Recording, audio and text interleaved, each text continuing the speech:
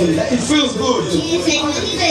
Kizuuliddwa ng'abantu 3,000 mu ggwanga lyonna buli mwaka abagwa mu mazzi tebasimatuka olw'okubulwa ayamba nabo ne balemererwa okwetaasa. Kino kireeseewo obwetaavu bw'okutendeka abantu naddala abawangaalira ku mazzi oba n'ebitundu ebirimu amazzi okusobola okwetaasa ku kabenje k'okumazzi naddala mu disitulikiti y'e Mayuge, Rakai ne Masaka. Bano Essira balitadde ku kyakutendeka abantu ku kuwuga naddala ngeri ki gy'oyinza okutaasaamu omuntu aba agudde mu mazzi. Mukaweefube ono atongozeddwa mu kibuga ky'e Masaka. We are working on the curriculum to ensure that there is a guidance of how people can train learners in and out of school, but also those that are older to be able to swim.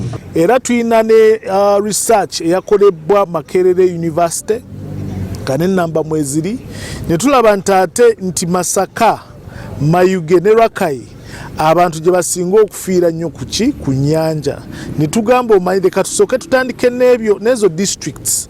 Dr. Frederick Opolia, omusomesa ku ssettendekero wa Makerere, agamba okunoonyereza kulaga abantu 9 buli lunaku be bafiira mu mazzi. As we speak, Uganda loses nearly 3,000 people to drowning every year, and by the end of today about 9 people are going to die of drowning and they won't make it to the news. Dr. Opolia agamba abavubuka be basinze okuba mu matigga olw'obutaba na bukugu kwetaasa. And mostly it's the young people that are dying. People below 30 years are the ones that are dying. Many of them are engaged in fishing activities, but sadly some of them are engaged in just fetching water, going to collect water for home use, and they don't come back home. Afande Bruno Sande adumira poliisi ey'okumazzi alaze nga bwe waliwo obwetaavu okwongera okusomesa abantu engeri y'okweyisaamu nga bali ku mazzi, n'alabula abavubi abadduka abasirikale b'oku mazzi okukikomya nti kubanga ebiseera ebisinga bamaliriza bafunye obuzibu. The communities out there, especially the fishermen, we urge you not to run out, because when you run away, others actually decide to say that they can swim. They jump out of their vessels, which is really completely wrong.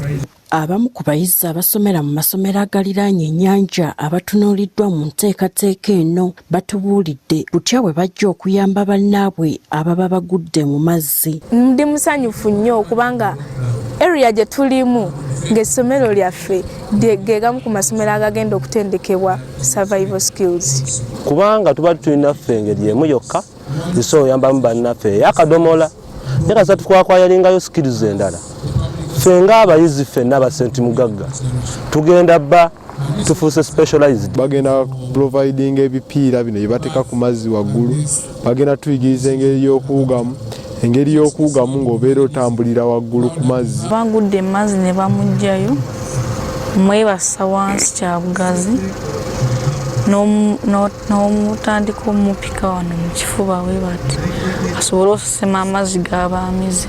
Okunoonyereza okwakolebwa mu mwaka gwa 2018 kwalaga nti abantu abawangaalira ku nnyanja mu Uganda be basinga ate okuba nga bagudde mu mazzi olw'okwesulirayo ogwa Nagamba ne batafaayo kuyiga kwetaasa, anti n'Abaganda bagamba nti ennyanja ettagimanyidde. Gertrude Mutyaba, Agafeeyo ku Spark TV.